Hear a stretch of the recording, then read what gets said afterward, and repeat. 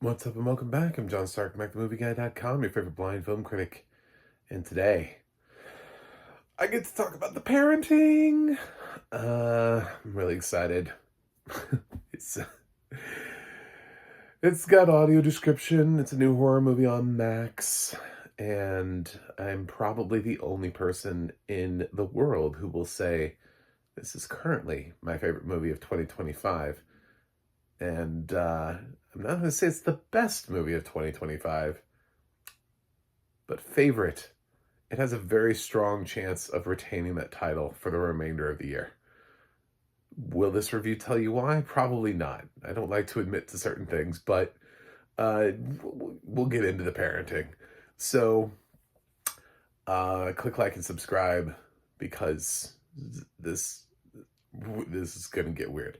Uh, so we open up on a gay couple moving up to they're going to a cabin together to spend the weekend, and they've invited their parents, and they've rented this for this big experience. They plan on proposing and like to each other, and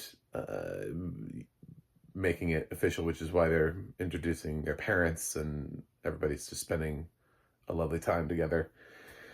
And they're both, one of the actors, I do remember his name, Brandon Flynn. The other one, I didn't recognize his name immediately, but he was in Atypical, and I immediately recognized who he was in Atypical. He was like Zaid in Atypical. I just don't remember his name. I do remember the parents, though. His parents are played by Edie Falco and Brian Cox. And Brandon's parents are played by Lisa Kudrow and Dean Norris. And those are the parents for the parenting. We also have Parker Posey's in the cast. And basically, this cabin is haunted by a poltergeist. Not really well explained. They try to have a little bit of a history of explaining it, but it's an much older poltergeist than the person who explains it would even have been alive for. So there's not really like a rich history of this thing, or really even why it's called the parenting. It's just, it is. Just accept it. It just is. There's an opening, sort of unfortunate other family / kill sequence type thing that they go through. And some funny sequences that sort of result as like through that, like when somebody disappears and they come back in the room, like somebody's missing, and they're just like, what just happened? Like that kind of thing. And then eventually, obviously, things never work out for the opening family of anything. So we're given our new focus, and they head up there. They also have a little dog, and they also have this friend named Sarah who feels like they've got that like Aquafina, Tiffany Haddish energy, where they just sort of like burst into rooms, and they're like, I live here now, that kind of sort of like aggressive best friend energy, like very much overreaching. And the movie didn't need her, but it has her, and she's here, and okay. So I think really the dynamic is interesting because of the parents, and how they work with this relationship, and they make the kids nervous, even though there really isn't much to be nervous about. They're not really like awful people, like bad parents or anything like that. They're not like, they're not really, I don't know, overly critical or writing or pushing them to become like, why don't you become an accountant instead? No, they're actually pretty chill for parents, which is probably why the movie plays like it does. So as things get worse, the poltergeist selects one of them. I don't want to spoil which one, to sort of inhabit, and that sort of starts off the parenting. So somebody gets possessed, and they have to figure out how to get this person unpossessed, and I don't know, save the weekend and propose and all that kind of stuff. And I liked this movie.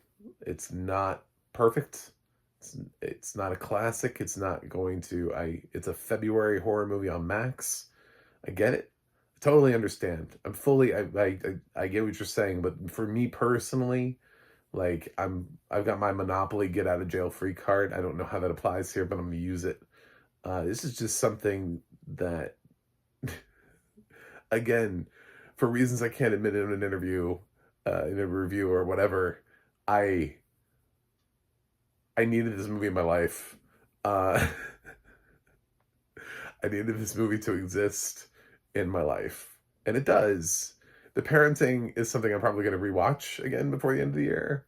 Um, I would say it has a decent shot of making my top films of the year list, all that kind of stuff. But it would also be a film that I can fully recognize has problems, like sort of a poor understanding of what this poltergeist is that is haunting and the rules by which we live in this thing. Just it kind of feels like we're getting thrown things together, and scenes just sort of happen without a whole lot of thought put into it, as to, beginning, middle, and end. Almost like the script was being written like while the actors were there. Like they showed up without a script and they were like, "Well, just do some scenes, see what happens."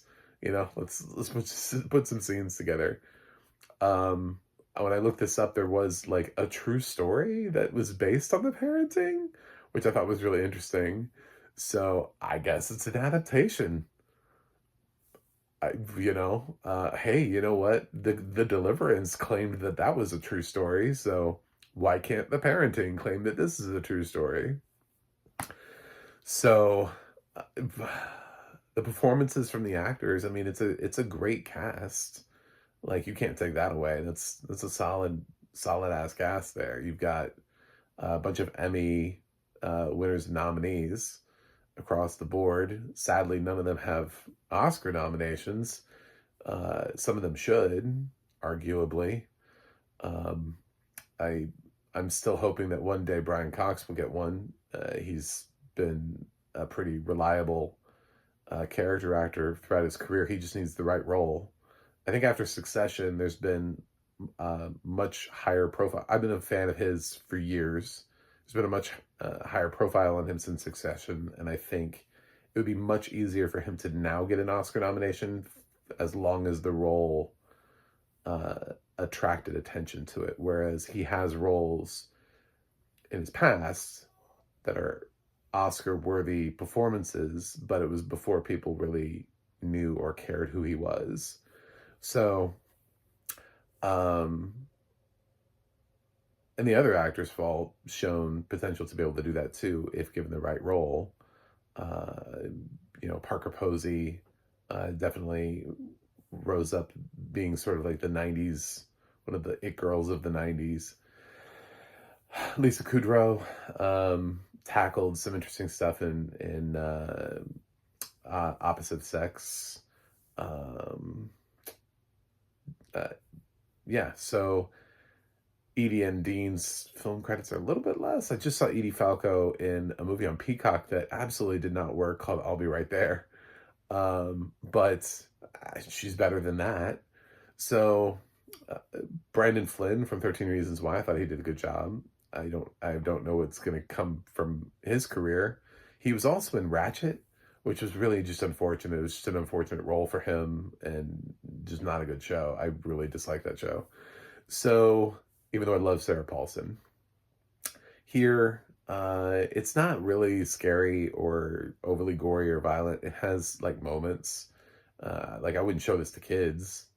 Um, it's definitely an R-rated movie. So the audio description, there's there are things that really work, and some things that don't.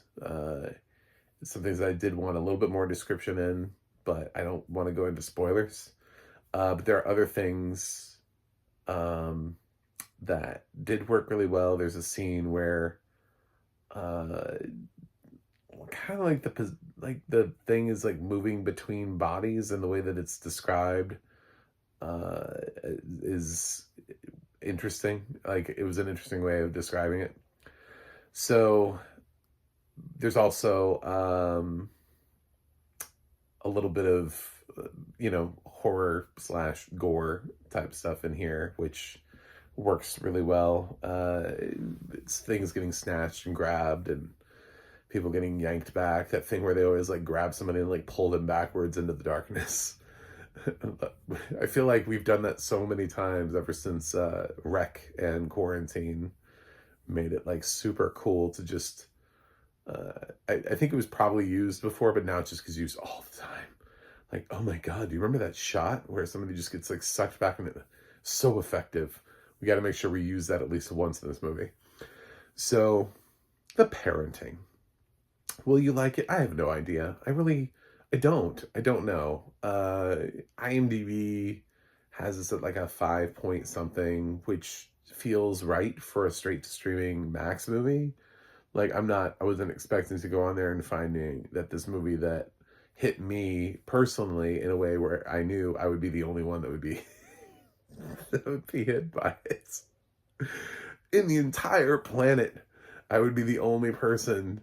I mean, I was looking at things. There was one of the characters that takes some weed gummies, and he takes like 3 of them, and I was like, dude, I'm like casually familiar with this stuff, and I know you don't like rapidly take, and you're supposed to be a character who does do this. And of course he's kind of like stoned out of his mind later on. It's like, well, yeah, of course you are, because you took like 3 of them right away instead of waiting to see if any of them would work. Anyway, so uh yeah, I can't. That's the problem. Is I really want to be like, the parenting A plus. It's the first movie of 2025 that has a legitimate chance of becoming like a desert island movie for me. Like, I really want to rewatch this movie again and again, but uh I just don't know that I don't know.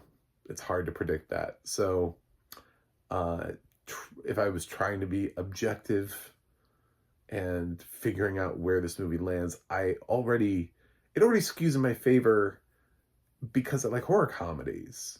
Like, I prefer horror comedies as like one of my things. I think when you blend the genres, I tend to think that those movies work more. Horror is a hard thing to pull off. Because then you have to be scary, and not everybody can do that. But in a horror comedy, you don't have to be scary. So you can get somebody who has a cool idea and you know, can mess around with some gory stuff and have fun with it.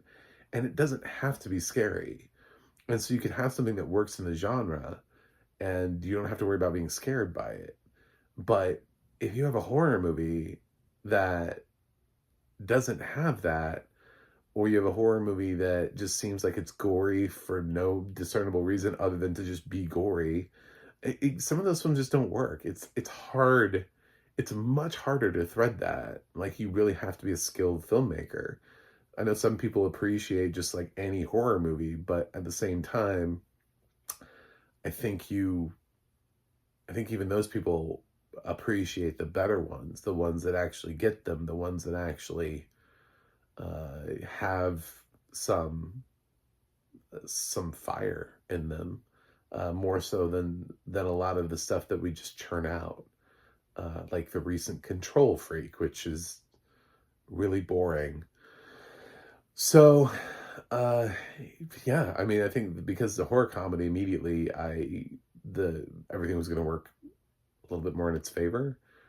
So this may not be the grade that everybody agrees with, and I don't really care. I get that it's not an A movie, but I loved this movie, and that's just me.